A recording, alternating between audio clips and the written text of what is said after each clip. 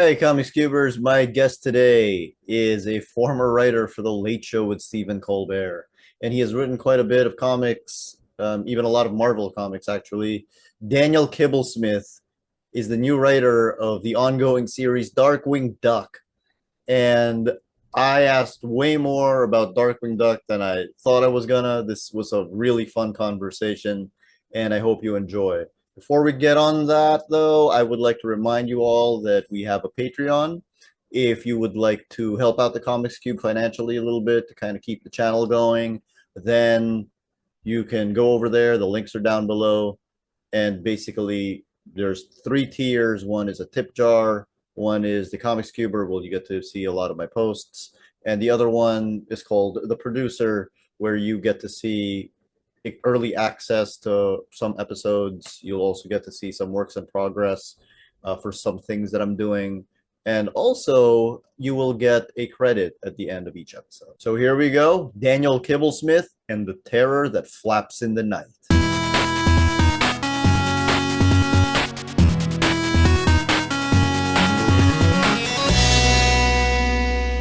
Welcome back to the Comics Cube, everyone. Today I am joined by Daniel Kibblesmith. We are talking primarily about Darkwing Duck. And this is not Darkwing Duck, but Darkwing Duck doesn't But I do love exist. that guy. Yeah, but it doesn't exist without Donald. So, how are you today? I'm good. Thanks for having me. Yeah, it's early for me, so this is a fun way to start my day. I have a question that I ask anyone who comes onto my show for the first time, which is a very simple, why do you love comics? Yeah, absolutely. I have told this story on podcasts before, but my entry into comics was through other media, like animation and primarily video games. So, like, my dad loved comics, but when I was growing up, I didn't really get it. I didn't really see the appeal. I wasn't like an Archie kid or anything like that. But I loved superhero cartoons. And I got really into video games. You know, I'm an 80s baby. So we went to the Same. video arcade. Yep. So we went to the video arcade and I saw for the first time the front and center as soon as you walk in. It was the Fun Zone in Melrose Park outside Chicago. And front and center when you walk in was the brand new six-player X-Men arcade game. And I was just like hooked. I'd played the Simpsons game before, I'd played like similar like beat 'em up games before. And I needed to know everything about these characters. And my dad was, I have to imagine my dad on some level was like, oh, finally. Because we went home, got out those long boxes. He said, who's your favorite from the video games? Oh, Nightcrawler, obviously. He said, here's Obviously. Excalibur number one. Like, Oh, so I was wow. just off to the races, and yeah, read all of his Silver Age stuff. Got my own, subscriptions to like Amazing Spider-Man and the new Excaliburs that were coming out at the time, and started going to it would have been Rick's One Stop on Ridgeland in Oak Park, still there, still functioning. So if you're in Chicago, go check out One Stop. It And yeah, from there, just like never stopped. was Nightcrawler your favorite because he was a cheat code in that game? Nightcrawler was my favorite because I'd never seen a superhero that for me as a young person redefined what a superhero could be. And that's kind of the X-Men, thesis in general, that they're the outsiders and the weirdos. But Nightcrawler in particular, even at a glance, seeing the image of Nightcrawler not even in a comic book, in a video game, that design and that essence is so potent and complete that you understand this is somebody who doesn't fit into to society. There's somebody who does not look like, Superman or like Silver Age Batman shaking hands with the police, Doesn't after even look putting like the Wolverine. no, yeah, it's so far outside the bounds, and that's what ends up making the X-Men so relatable and so evergreen and so transmutable to different marginalized communities. So yeah, I loved Batman and Superman growing up, and I loved Spider-Man, but the idea at the time was that Spider-Man was the weirdest that a superhero could be. And then, the X-Men said, hold my radioactive beer, and just, changed everything. So instantly compelling to me just as a concept. You ever send in a Nightcrawler pitch? Oh yeah, I mean yeah, like every week or so. I got to write Nightcrawler very briefly last year in a Kitty Pryde Hanukkah story in Marvel Holiday Tales to Astonish #1 2024. So I it's a heavily Nightcrawler supporting Kitty Pryde story. I'm fascinated by this because a lot of people love Nightcrawler. I'm not even that big an X-Men fan, and he is my favorite X-Man. Um, why do you think it is that they've never really given him an ongoing series, or there hasn't seemed to be a push for him beyond team books? Yeah, he's had a couple. I think a lot of the great X-Men have had solo outings, but they don't last that long just because I think it's in their DNA to be part of a team. I think what makes Nightcrawler so interesting is the contrast that he is he's so warm, he's so loving, he's like the heart of their found family. He looks different obviously than everybody else. He's wise, and gives a lot of sort of spiritual advice, not just in the Catholic sense, but in the sort of humanist sense that he's had this crazy painful life and still has managed to find and carry and share this peace with him, and those are all things that require a group dynamic, I think, to really shine. As interesting as it is to see Nightcrawler on sort of like solo detective missions or crazy interdimensional swashbuckling adventures, I do think that Nightcrawler and the X-Men characters in general are sort of have team dynamic built into them. Yeah. But that being said, I mean, I love when like solo Storm comics come out. Obviously, Wolverine has probably been the most successful Yes. solo X-Men title by far. Not He's even he's a guy who close. has, yeah, there's not a lot of competition. So yeah, he's a guy who can kind of do more like, oh, I'm doing like a James Bond thing, or I'm in Japan. Like he's found a lane to But do Wolverine on his own stuff. notably, he was not created to be an X-Men. Yeah, not So created to you're be an right. X-Man. And also, even in the dynamic of the X-Men, the guy who's like, I'm a lone wolf. I don't even want to be here. I'm going to disappear all the time. So all these characters are pretend, like we could make Nightcrawler a solo character if we worked hard on it. But as written thus far, and as the momentum that they kind of left the imagination with their trajectory starting on the guide rails of team characters. I think that that's just sort of where we like them. I don't want to say it's impossible to reinvent them, but I think that's where we feel most comfortable and maybe most inspired in writing them. Daniel, you are a comics writer and you are a comics writer. See what I did there? I do. Yeah, no, I got it. You worked with Groupon. You were the founding editor of Clickhole. You Oh, one were of them. I don't want to say founding you were editor. you No, were it was a a founding editor of yeah, team Clickhole. effort, team effort. You served as a human editor for BuzzFeed, and maybe most notably, you were a staff writer for The Late Show with Stephen Colbert. That's right. I will ask, what is the difference between all of that and writing for comics and also writing for picture books?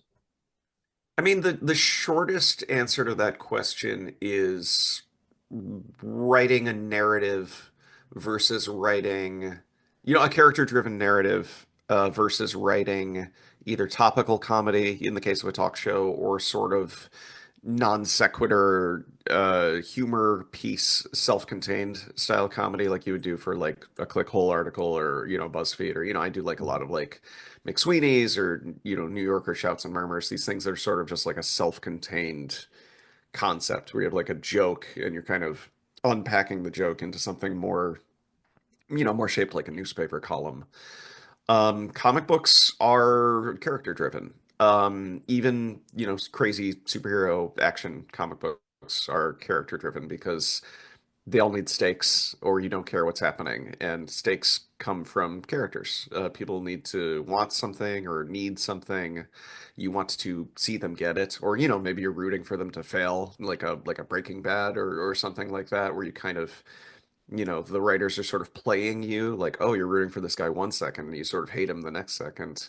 But all of that comes from character. With topical comedy, the audience is kind of the character. It's sort of about delivering a sort of catharsis and an explanation of what's going on. And maybe like in the case of like when I was working on the talk show, there was a lot of sort of like an anti-gaslighting Mhm. kind of feel to a lot of what I was writing, where we wanted to explain what was going on. We wanted to make it as funny as possible, so that information didn't destroy you, Yeah. basically, and help people have like some shared catharsis as we travel through what is still happening, what is always happening in human history, which is like a lot of bad stuff. There's usually a lot of bad stuff going on.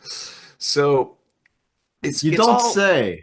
yeah, I mean, I don't know. You're on the internet right now. If you're listening to this, you can probably Google bad stuff going on and they'll show you.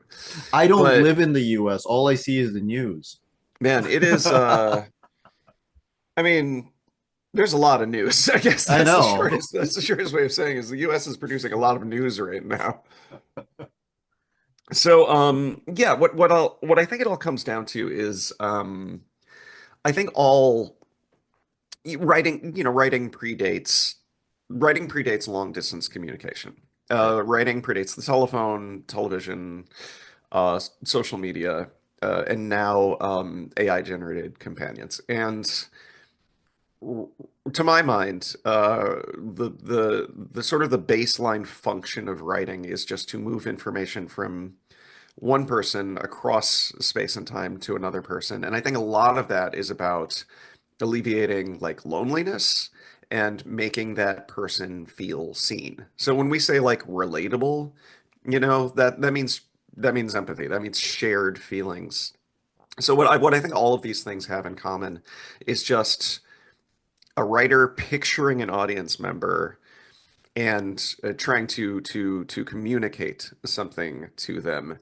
And there's a lot of antagonistic writing as well, so this Yeah. isn't universal, but in my case, trying to make that person feel seen. Try to make that person feel less alone. And in comic books, it's like you love Nightcrawler, I love Nightcrawler. Here's a story about Nightcrawler where he feels like Nightcrawler doing something that maybe we've never seen him do before. But when he does it, he will feel like Nightcrawler doing that thing. Right. Um, when we're talking about comics are very similar to picture books, and you've written many picture books. And I love Yeah, that. I wouldn't say many. I've written two that have come out. Oh, I've pitched a yeah. bunch So more, but they're hard to Santa's do. husband and Princess Dinosaur. Yes, yes. And how is that different? Because there's always a debate about look, it's pictures in sequence, therefore a picture book is a comic book. But Sure. yeah, For me, the line is like word balloons, honestly. Like, I love the War Rocket Ajax podcast, and have guested on there a lot. And they do a segment where they rank comic books, and sometimes they have to debate between themselves whether a picture book qualifies as a comic book. And they did the monster at the end of this book with Grover, yeah, and it's sequential art. It's a story that takes place roughly in real time. Not that comic books take place in real time necessarily, but that if they do, that's an argument for sequential. And Grover is exclusively speaking through word balloons. So that one I definitely see as a comic. Mine are more like, I wouldn't even say the ones that have come out are like barely storybooks. They're more like sort of like concept books or like information delivery books. Princess Dinosaur and Santa's Husband, what they have in common is that they're sort of like character showcases. They introduce a character and just sort of tell you about their life. And like I was saying earlier, like our goal with those was to sort of create relatable characters that are, somewhat outside of the familiar, like the Santa Claus that you see more often, or in the case of Princess Dinosaur, I was anticipating what, maybe my future child would be like, and sort of the idea that you don't have to conform to gender expectations, but you also don't have to fully reject gender expectations. When we pitched that book, I think we were in a place culturally where I was sort of seeing a lot of parents going out of their way to make sure their daughters never wore pink. Yeah, And to me, I think that's like a very that's a very binary, kind of extreme solution to a perceived problem. So we wanted to make a book, and both of them really are about this, just about freedom of identity. right. Whether that's like a gender identity or an orientation, but just really like broadly about the self and the freedom to be a self, even if that archetype isn't the dominant one in culture. You could be a princess and you could be a dinosaur. That's it, man. That's the book. I mean, not even just gender expectations, right? I'm a 42-year-old man and I read Donald Duck. Oh no, yeah, Right. same. I mean, I'll be 42. It's 2025, right? Yeah, I'll be 42 this year, and I read Donald Duck, and I might even write Donald Duck. The night is Oh, young. We'll see. We'll well, see. when you do. Yeah, I'll give you a heads up. uh, so would you say that the most notable assignment that you've had so far is Loki for Marvel? Probably, yeah. That's the thing that people talk to me the most about. So I have to assume that that's what's had the biggest impact. And it was only 5 issues, Yeah. and number 5 was very much like this weird coda, this kind of hybrid flashback story with an epilogue woven through it. But I think that character is just so beloved and so powerful that anybody who writes Loki kind of becomes part of like the reciprocal fan creator Loki community. Yeah. Like they really keep track of the Loki writers and the Loki artists. So it really feels, less like something that I did and more like something that, I've kind of been welcomed into. It's a really interesting dynamic. And everybody's so sweet and supportive and on the same page about what Loki is and represents, that I'm very proud of it. Very, very proud. Even if I didn't fully know what I was getting into. Yeah, I was gonna Um, ask, like, were you a fan of Loki oh, before you got the absolutely. assignment? Yeah, absolutely. I mean, I love Loki. I grew up reading Silver Age Marvel, so Loki's all over the place. But modern Loki, I was a really big fan of, the Kieran Gillen Hmm. scripted and Al Ewing scripted Loki stories that Yeah. Agent preceded of mine. Asgard? Yeah. It's so good. So, So one of my favorite things ever written, ever put out by Marvel. So I was very aware of those, and in the direction the character had gone. And, with my Loki, I wanted to write that Loki. I yeah. wanted to. And by the way, that Loki is also like such a loaded phrase because it's like, is he that Loki? There's Is all this, he? right, right, right. There's all this windy, there's all this windy transformative Loki stuff where you kind of have to keep track of. Okay, so the Young Avengers Loki was the I know. Loki. He ate the bird, and then he became Icol, and there's all And this. then he kind of died, but he didn't. And there's another Yeah. kid Loki. Right, right, right. And then the Defenders interdimensionality starts coming out where like the Agent of Asgard Loki is kind of like still kicking around, even though there's another Loki who's like the current Marvel Loki. It's great. Oh man, it's the best. So Yeah. You I kind of mean, answered my next question because my next question was going to be, did you kind of wish you still had Silver Age Loki around to write? well, he's not gone. I mean, that's the thing. Like, that's the thing. One of my favorite Loki stories ever. Well, I'm just gonna say one of the best Loki stories ever is the one, I believe it was Kieran Gillen wrote it. It's the one-page story I think it's in the Marvel 1000 anthology, Yeah. the one-page story where it's all the different iterations of Loki whispering to each other. And I'm not going to give away the ending, but people should go find that because I think that that is, a good single page story in comics is such a powerful act. It's such an incredible gift to write like a 1 to 2 page story that like defines a character. Like, I was thinking about Hellboy eating the pancakes, where that can be somebody's first Hellboy comic, and it kind of says nearly everything about the character. So Yes. I love that 1 page story because I feel like, yep, that's Loki. You figured it out. Yeah, my favorite thing about Marvel number 1000, it has a one pager written by Kareem Abdul-Jabbar, which I'm like, I forgot about that. Yeah. Yeah, uh I haven't read much of what he's put out. I've read like some articles and stuff, but yeah, I he's like really know. prolific. He's a really active writer Yeah, that you yeah. would forget that he was a basketball legend. Yeah, he has this entirely complete second career. It's really interesting. What is your favorite part of the creative process, and how do you collaborate with an artist? It depends on the assignment. Sometimes I talk to the artist directly a lot. Sometimes I'm communicating strictly through the editor. Often that's just based on like, do I have a personal relationship with this person, or team already? Sometimes it's just about like how busy I am. If I'm working on a lot of stuff at once and I'm spread a little thin, sometimes I'll lean on the editor to sort of convey things that are maybe not clear in my scripts. But I tend to write pretty complete scripts so that an artist feels like they have enough to work with. I never want to leave them in the lurch. I never want to turn in something that feels unfinished or give them undue labor. And then at the beginning, and I've seen other writers do this. I include a personal letter and kind of a caveat saying, uh, "This is a blueprint." Like you are the artist. You are directing this movie, so to speak. If there is a clearer or more exciting or funnier way to tell this story, you don't feel constricted by the, panel one, page one, panel one, establishing shot, wide angle on the spaceship, whatever. Um, make sure you feel free to be a full creator on this, because that's what I believe. I think that's how you get the best comics.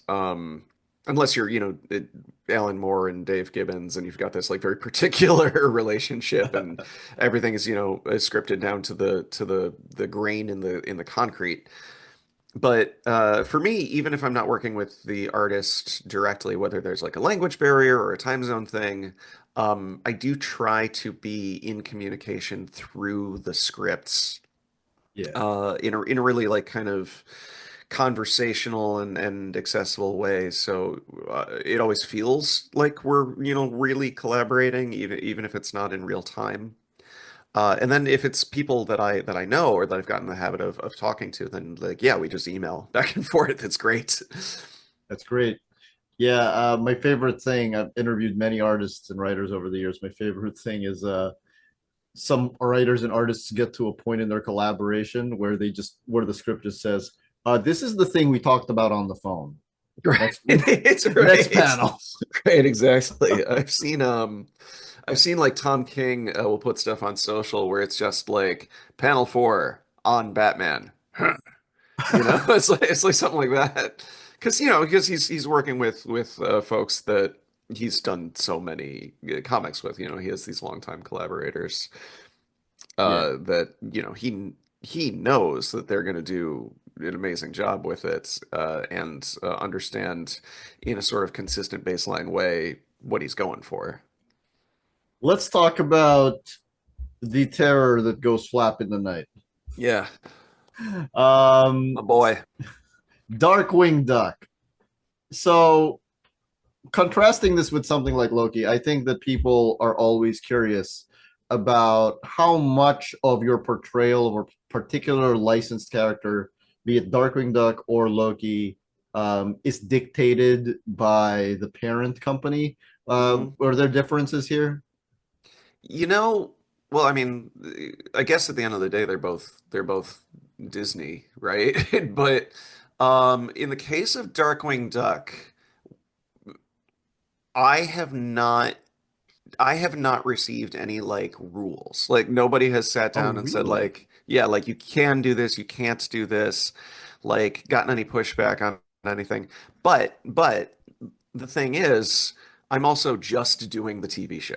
You know what I mean? So like my Darkwing Duck comic, me and the artists Brandon Stein and our editor Nate Cosby, like everybody is so on the same page about like we know what Darkwing Duck is. We know how he talks, we know how he thinks. Uh, we have internalized the comedic sensibility. We understand the relationship with Gosling and Launchpad and the sort of family dynamic around them. The bad guys are all really iconic. So we're just trying to make them sound like themselves and do the things that they would do and that we would want to see if there were like new Darkwing Duck episodes. That's kind of what we're trying to deliver in theory. So I haven't really, pushed at the boundaries of what he can do in a way that would invite a lot of speculation from, my editor or the people working above him. So yeah, if I wanted to like make him swear or something, like perhaps then they would say like, oh, Darkwing probably shouldn't swear. But because we're very much sticking to what we already know that the character is and what made him a star to begin with. Yeah, I haven't found anything that anybody's objected to so far because we're all on the same page about what makes a Darkwing Duck story. What makes a Darkwing Duck story? That's a great question. I think that I have some personal rules Hmm. that I've kind of from watching the show and then when I got this assignment rewatching the show. I think that you need a supervillain every time, or a collection of threats that equals a supervillain. I think that the Launchpad and Gosling relationship always has to be integral. And I got some really good advice from Ted Stones, the creator of Darkwing Duck, that among other things it boils down to Darkwing is good at his job. He is not strictly a punchline.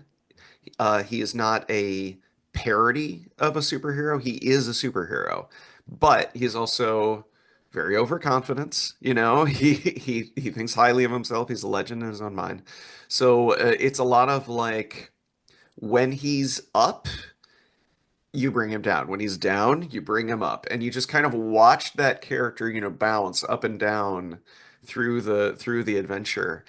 And it makes for a lot of comedy, but it also makes for a story about a character who, wants things, who is good at what he's doing, even if he's facing, an amount of adversity that makes the story interesting. So I think that's important. That sort of like bouncy, cartoony dynamic of uh, pulls off a cool feat of superherodom, but then is immediately overconfident and brought down brought down by his own ego.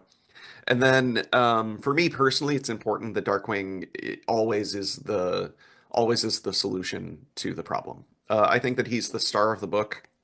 Yes. And for my Darkwing Duck comics, I don't, not that many of them have been released yet, but uh, generally speaking, I try to adhere to the rule of like Darkwing figures out how to stop the bad guy. Darkwing has the idea. Darkwing pulls off the move. Gosling and Launchpad are amazing. But this is a comic book. I don't know how many of these stories I'm going to get to tell. So it's important to me that Darkwing is the hero of his own story, Yeah, even if he's maybe like inflating his heroism when he's telling the story. yeah, because he's telling the story in the comic to Gosling. Yes, exactly. There's a bit of a framing device where when we see them in issue one, Darkwing has started writing his autobiography and therefore forcing it onto Goslin as her bedtime story. So that's kind of our very lightly serialized arc is that Darkwing is working on his autobiography, and then every 3 issues we're going to see a chapter from that autobiography. So he's having adventures in real time, and then we're flashing back to what he says he did in the past to become Saint Canard's greatest superhero. What inspired that particular framing device?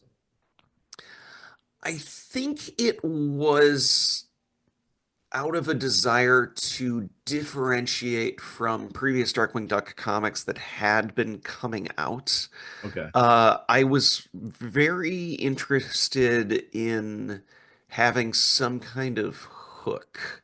So we always had a loose idea of like the secret history of Darkwing Duck or like the autobiography of Darkwing Duck. And whether that was going to be a big thing that sort of, encompassed the entire series, or what it ended up being, which is sort of like a motif woven throughout the series. There was always a desire to have it kind of, when you think of the various runs of Darkwing Duck comics, it was important to me that this was the one that had XYZ. Like I want friends to be able to say, this is the one where they did this. Hmm. And I think that that's just, in writing in general and television writing, like it's so important to, for me, I prefer TV shows where I can say like, oh, this is the episode where this happened. So, something like The Simpsons, right? I can say like, oh, this is the episode where Bart gets an elephant. Something Yeah. like, Stranger Things season 2. I can't tell you what happened in the third episode. I can tell you vaguely what happens throughout the entire I series. mean, the Netflix model is kind of like that because it all dumps Purely it on you. serialized, purely binge watching. Yeah, it's Yeah. an entirely different structure, and that's not a bad thing or a criticism, but writing a comic book that comes out every month, and a lot of the readers hopefully are children, it was very important to me that every issue be a really distinct story with a different supervillain, a different, beginning, middle, and end. And then that the overarching run of our Darkwing Duck series have some kind of distinctive motif to it. So I think that's how we settled on the idea of him writing his autobiography. You mentioned that hopefully a bunch of the audience is children, which is very, very interesting because the people who will watch Darkwing Duck as kids are you and me. Correct. Yeah, they are Uh, exactly our age. how so how are you doing it in such a way that would hopefully hook kids? Like what do you think it would be that would make kids go up to this particular comic and say, "Oh, hey, I'm gonna pick this up"? Well, I actually don't think it's that complicated because media, most media is still not consumed because of nostalgia. Most people who see something for the first time and end up enjoying it, they don't know what it is. Maybe they've seen a trailer for it or like it has an interesting thumbnail on Netflix. So you can suck a kid into Darkwing Duck just by having a exciting comic book cover with a compelling design. And Darkwing Duck has an incredibly compelling design. You see that guy and it's like it's inherently funny because it's a duck. He looks like he's from the Donald and Scrooge kind of, family and genre of comics, but he's also clearly like a pulp era superhero. And then maybe, throw Bushroot or somebody into the mix and it's like, oh, like he's fighting this weird plant monster. Like I think any little kid can see that and be like, "Oh, this is like a funny superhero comic that's going to be appropriate for me to read. That I'm not going to have Yes. to ask my parents' permission to buy this. They'll be totally fine with it." So I do think that audience potentially exists of kids who can find it independently because I didn't know what Darkwing Duck was when I started watching it. I saw a commercial and I thought like, oh, this looks like it's for me. And then I watched it and I was right. It was absolutely for me. So that being said, with Darkwing Duck, you do also get like that rocket of nostalgia strapped to your back because I'm a parent, and even if I wasn't the writer of Darkwing Duck, if I took my kid into the comic book shop, as I often do, and saw that there was a new Darkwing Duck comic coming out, I'd say, "Oh, we should get this," because this was a character that I loved growing up, and I would love to introduce you to them. And then that's one of the reasons that we're taking this assignment so seriously. It's because when that kid then opens up Darkwing Duck with their parents, I want the parents to recognize this as feeling like their Darkwing Duck, like that they are sharing the thing that they loved with their kid, and that that character and that formula worked so well out of the gate that it's still working, 30 plus years later, and that a kid can see it with fresh eyes and still enjoy it on the same level that their parents did, when they saw it on the Disney afternoon 30 years ago, and now they can enjoy it together. That's my hope. There's only two of them have come out, so nobody's told me if it's working, but that's my hope. There's so I'm just gonna pull out an analogy here. Last year, X-Men 97 came out. Yeah, man. Um, and more than being like X-Men 92 to 97, the original series, I think what it most succeeded at was capturing the feeling you remember from those cartoons. I actually think it's a better cartoon than the original Yeah, series I don't know if for that's that reason. controversial, but I totally agree with you. Right? I mean, obviously everything, everything lives in its context, and And then, it's and yeah. then it grows in your memory. But yes, if you like put them side by side and asked somebody Oh, with fresh eyes, like it's which no of these do you think contest. is better? Devoid of nostalgia. There's no Right, contest. exactly, exactly. And I guess that's what I'm asking. Like, how do you modernize it so that it's not just a nostalgia trip for for people who are my age who would pick it up. Right. I mean, I think X-Men 97 it really excels at adding a layer of sophistication and raising the baseline of consistent quality to make something that, I think a television audience in 2024, 2025 really demands, especially if it's not going to be strictly for children to watch on Saturday morning. With Darkwing Duck, we don't really have the same mandates to modernize. We don't really have the same mandates to be more sophisticated because, we're not a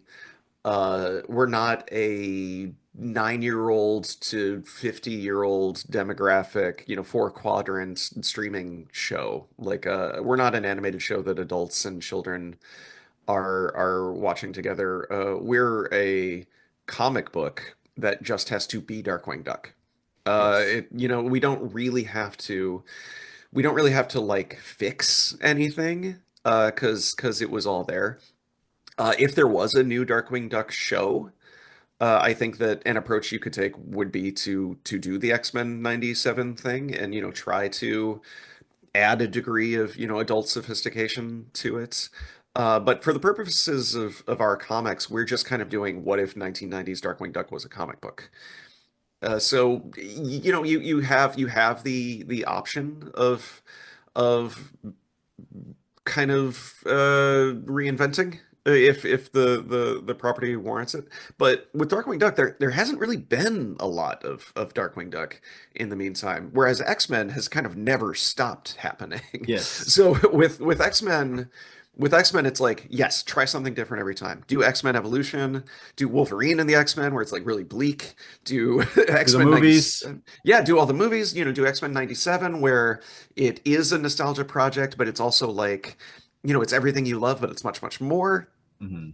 Darkwing Duck has just sort of been gone, with the exception of the 2017 DuckTales I was kind of going to bring that up. two-parter. Yeah. Yeah.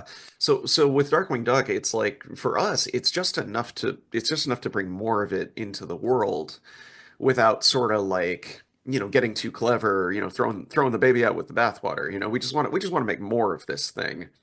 And then if we do 12 issues, 36 issues, 100 issues, like, then maybe we'll start getting weird, then maybe Yeah. we'll start like, we'll have an opportunity to start growing. But as of right now, for me, it's just enough to do our best to bring it back in some capacity.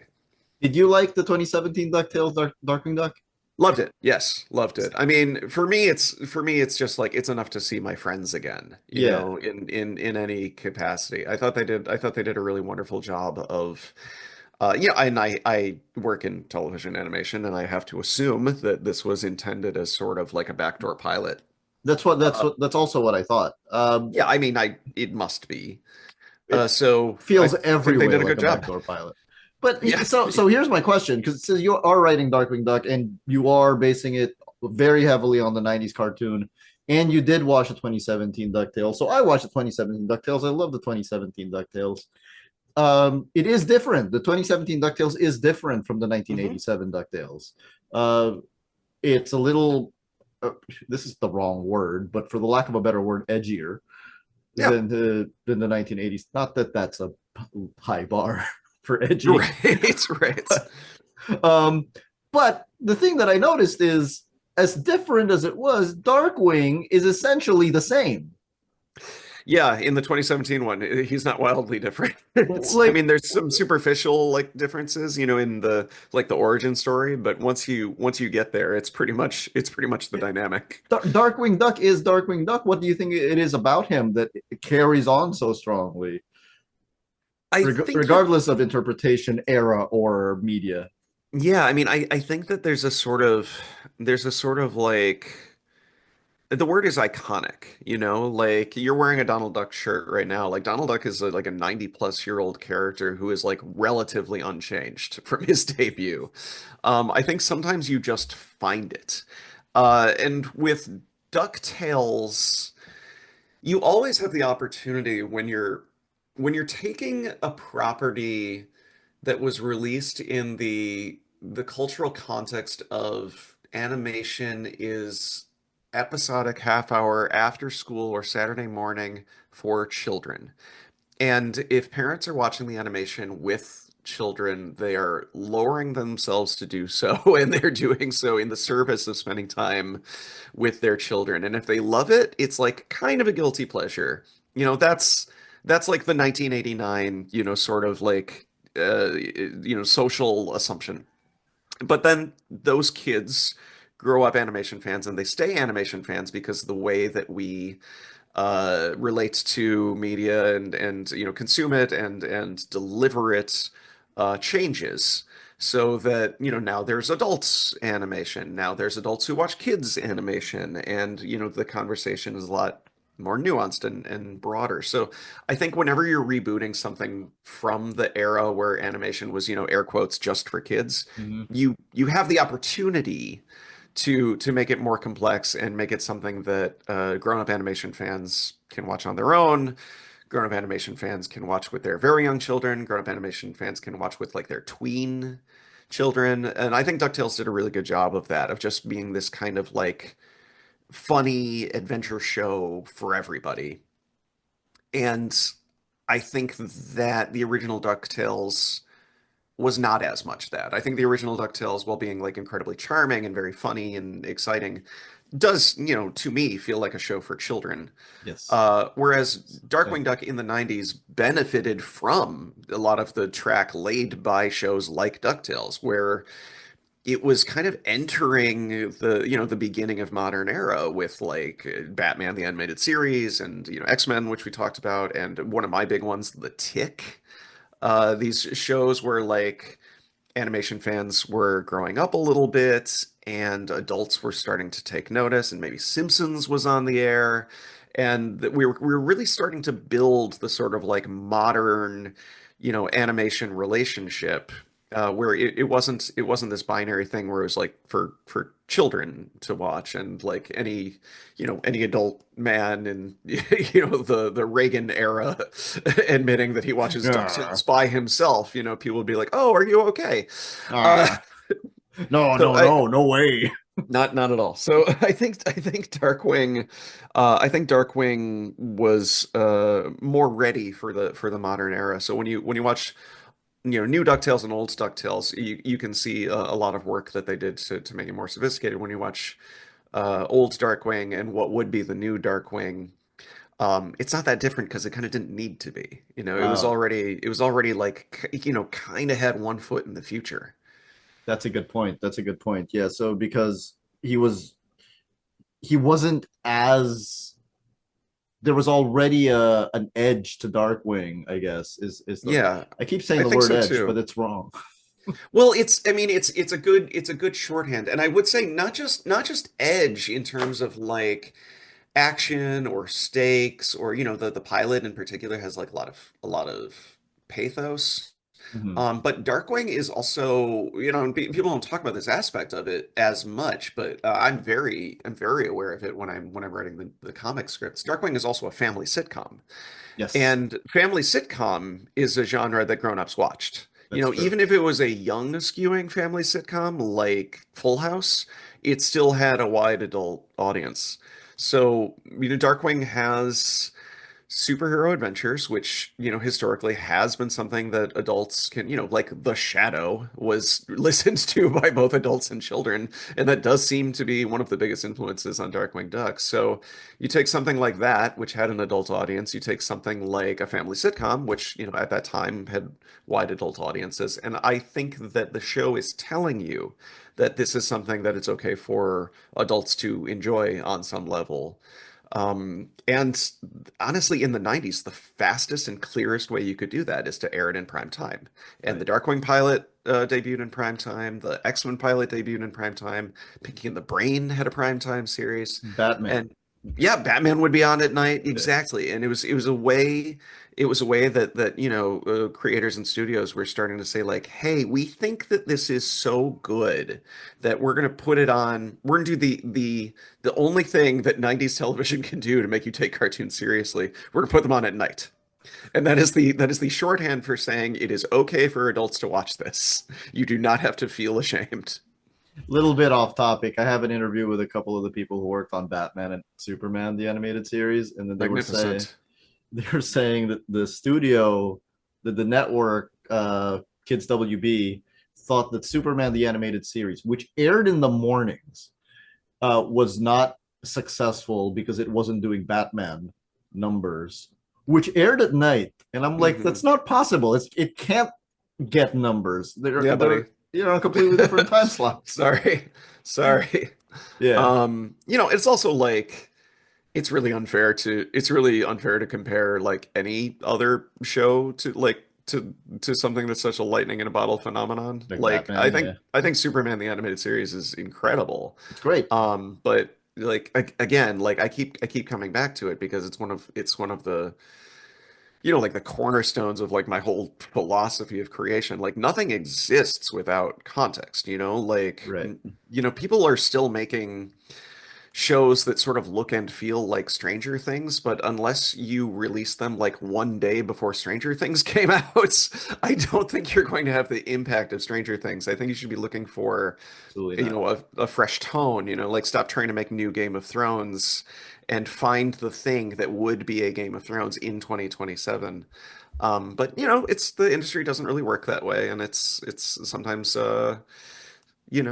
risky to to have those conversations. The second thing's never going to be as successful as the first thing if the first thing is a phenomenon. That's just Right, the way it right. goes. Like you can coast on that momentum and keep making a lot of money and keep doing a lot of great work. But like no one talks about House of the Dragons like it is Game of Thrones. It is just fun to have more things that feel like Game of Thrones. And that can be enough. Yeah, But it's not the same as creating a new cultural phenomenon that seizes the zeitgeist of the time that it's coming out. exactly. Yeah. Uh, so speaking of Batman, you can't really, and speaking of the Shadow, Darkwing Duck, you cannot talk about Darkwing Duck at length without bringing up those two.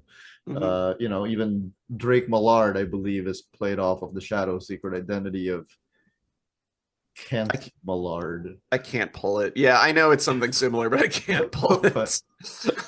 yeah, I'll just correct that in post. Right. Um, Nobody's um, asking us to be big shadow experts in 2025. I'm not 1,000 years old. I And understand the shadow is a going concern, but all the same. none of you watching this right now can convince me you are the Shadow fans. Yeah, All right, you're all Googling it. You're all you're all Googling it. googling it. Here's what I'll Okay. say. I like the bit in the Shadow movie where Alec Baldwin and the descendant of Genghis Khan shoot the guns at each other at the same time and the bullets collide in midair. I watch that on YouTube about twice a month Great. because that's the best thing I've ever seen happen in a movie. So what I was saying was, these licensed comics, a lot of the time, especially the superhero stuff, there was a Mighty Mouse series in the '90s, that I remember reading. I've seen the writers. I guess I don't know. I'm not going to say it's for lack of better material, but eventually they just start spoofing or parodying what's going on in superhero comics at the time, and then it becomes one big in joke. Is that ever a thing where you're tempted to just do, or like With how do you avoid that? with me, I am so laser focused on the original Darkwing Duck show and the tropes of kind of, weekday afternoon animation that, like I said, like Darkwing Duck comics have been coming out for a really long time. And one thing that a lot of previous Darkwing Ducks comic series did was lean into being comic books. Yeah. So they're a lot more serialized. The storytelling is much structured, more like more like a big two comic book. So given that that had been done already, I gave myself a huge amount of work. And I've talked to Eric Burnham briefly about his Saturday Morning Ninja Turtles comic, where he did the same thing, where every issue is its own, air quotes, episode Yeah. of the show. So you end up breaking a new story every issue instead of a new story every, four issues or six issues. So, things move very quickly. And they're tough. They're tricky. They're tricky to write. But with this project, I wouldn't have it any other way. So I'm less interested in doing like the Darkwing Duck Crisis on Infinite Earths, and I'm more interested in what would happen in an episode of Darkwing Duck. So, the covers of number four are online if you want to go find them. So I don't mind spoiling this, that it's another shrinking episode. It's a shrinking adventure. Lilliput Goonie comes back, and it's a classic, animation. The characters get shrunk story, because those are the tropes that I'm with this project. Those are the tropes that I'm excited about. I'm like, what would happen? What would happen in an episode of Darkwing, or what would happen in an episode of like other things that I love, like again, The Tick, or like Animaniacs. Like, what are the things that happen to the characters in these kinds of shows that give you comedic opportunities? So yeah, I'm really not thinking about it in terms of superhero parody. And I even gave an interview where I said that, like, I don't really think of Darkwing as a Batman parody. I know that that's an obvious comparison, and people love to do like the covers where he's like in the Frank Miller, Yeah. Dark Knight pose with the lightning behind him. But when I was watching Darkwing as a kid, I wasn't thinking about You weren't thinking Batman. about that now. I would He's watch Darkwing Duck. Batman. Yeah, exactly. He was his own thing. Like, he has lots of influences, but I don't really think of it as this one for one Batman parody that I think sometimes he gets a little dismissed as. Yeah. I'm going to ask you what I think is the hardest question I'm going to ask you on a technical level, which is because a lot of people who watch my show, are aspiring writers, aspiring artists, aspiring creators. So Darkwing Duck has a particular sense of humor, and how do you harness that sense of humor and basically write the humor? Yeah, I mean, the word that I always use is internalize. I think that you can sit there with a notebook and count the jokes and write down your favorite jokes and find things that those jokes have in common, find like patterns that the original Darkwing Duck writers seemed to fall into and enjoy, and that will be useful. But I think what will be more useful is consuming a huge amount of comedy in general, and also just watching and rewatching Darkwing Duck. Like, it really is about getting into the rhythm of something. I think in many ways, writing existing characters is a lot like being an actor and really absorbing everything that makes that character until you know what that character would do in any situation. And that's one of the great things about writing famous characters is that, we start out as fans. So the example that I always use is that I wrote a mini series called Black Panther versus Deadpool. Yeah. And that was so much fun. And in some ways like much easier than doing my own creator-owned title because I would have to create the characters. Those characters would have to be very complete, distinct enough that the audience understands them so that they feel like they can participate in that character's journey. And then on top of that, figure out all the interdynamics of the characters. But with Black Panther and Deadpool, I can put both of those guys in an empty room, and I know exactly what they'll do because I've just seen it. I know who they are, and I know who they would be to each other.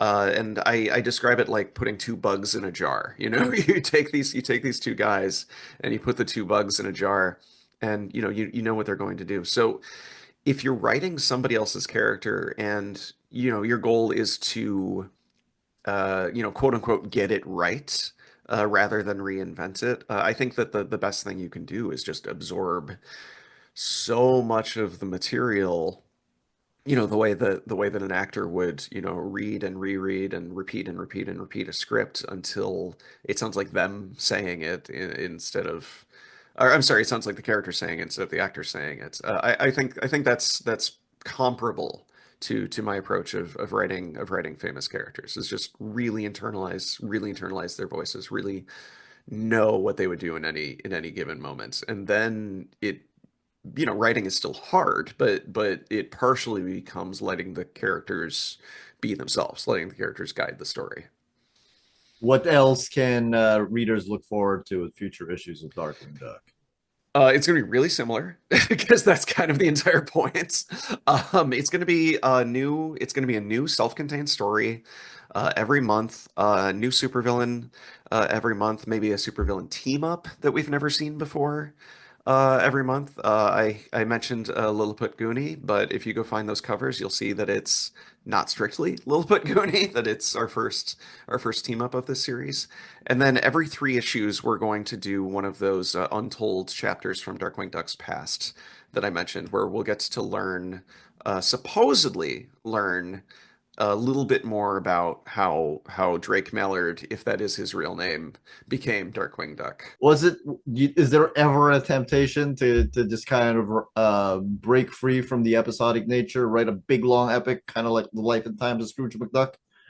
I mean, I would love to do that at some point, Yeah. but it's not the assignment right now. Okay. I think that I love this character so much, and I love these jokes and the family dynamic and the really iconic rogues gallery. I can't talk enough about how good the villains are, that I want to enjoy every second of this before I start thinking about moving beyond it. And given that there aren't that many Darkwing Duck comics total, compared, there's a lot, but not compared to like, a big two superhero or even Scrooge Yeah, McDuck, or like your you're Scrooge saying. McDuck. Yeah. Yeah, so I don't think that whenever I approach anything, I think a lot about the contract with the audience. I want the cover roughly, it's comic books, so the cover is never totally accurate, but I want the cover roughly to deliver on its promise. I want the stuff inside to feel like, oh, I saw a Darkwing Duck comic. This was the cover. I'm buying the comic. I'm getting a version of what I expected, but hopefully with some surprises, and twists that Yeah. I didn't expect. So there's a lot of that still to be done. I think there's a lot of that still to be delivered. before we all get so bored with that that we have to do like an epic life story. Do you want to talk about your artists before we go off the air? Absolutely. I cannot say enough things about Branton Stein or Ted and Roe, as I get to call them because we are friends. Uh, that's I first became aware of their work on Crowded, this really incredible action comedy, sort of near future dystopia book that I loved very much, written by Christopher Sabella, and can't recommend that more highly if you can find it from your local shop. So I was just a huge fan of them. I was like, oh, I would love to work with them someday. This really seems like a comedic sensibility that overlaps with mine. And then years later, a couple of years later, I wrote a book of DC Comics themed Christmas carols, which is a very weird Mhm. little project that also you can find in bookstores. It's got like a really crazy title. It's like "We Wish You a Harley Christmas," the Yeah. DC Christmas Yeah. carols, but it's got like four titles. But you'll see it. And they ended up doing the cover for that, the cover illustration for that, and a bunch of internal illustrations as well. So I was very, very excited. And I didn't even know it was them right away. I just knew that it was great art. And then as we were going through the process and I got the list of people who were working on it, I was able to spot like, oh, this is them, this is them, this is them. I can't believe we're working together.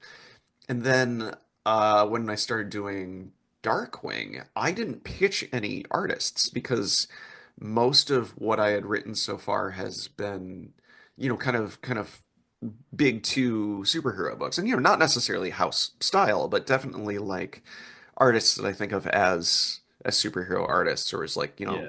Image Comics genre artists.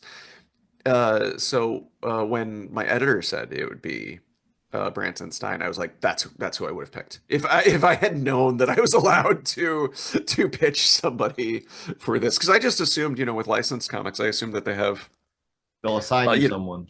right, or that they have a stable of people who are really good at being on model. And what I Yeah. what I like about working with Ted and Rowe is that they're on model to a point. Like everybody is recognizably Darkwing and Goslin and Megavolt, but there's an unmistakable signature, and their sense of style is so present in everything. And I've gotten a lot of compliments on the comedic timing of the book, and I do try to write jokes with beats in them and script them that way. But that is nothing without them. They are so funny, and so expressive and so good at the visual acting, especially in non-human characters, to be able to convey those, various emotions, and the warmer beats as well.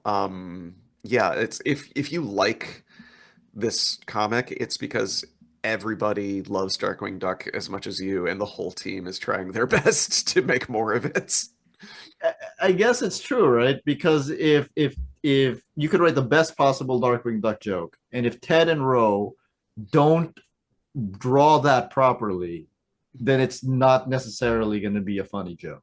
Sure, or I wouldn't even say draw it properly, but like if we're not if we don't have the same understanding of the joke, or if I've Right. like failed to convey it in the script, or if I'm working with somebody who isn't used to doing humor, that just there's a miscommunication that can make it fall flat. And that is not happening here, man. They are on fire. Yeah, it's similar. Right? If you write a joke for Stephen Colbert and he delivers it wrongly, then the joke Yeah, if falls if flat. that moron Stephen Colbert kills my Kills your perfect joke. joke, no, I would um, not necessarily phrase it that way. this Mr. is C, if you're listening. this is my last question, because I am really curious. What sequence of events, what circumstances leads a writer on the Late Show with Stephen Colbert and becomes a five-time Emmy nominee and says to say, "I'm gonna go write comics now." I mean, same answer as everybody who wants to write comics. I love them more than anything. That's all I wanted to hear. Thank you, Daniel. This was great. Thanks so much for having me. I really appreciate it. Absolutely. You're welcome, and thank you.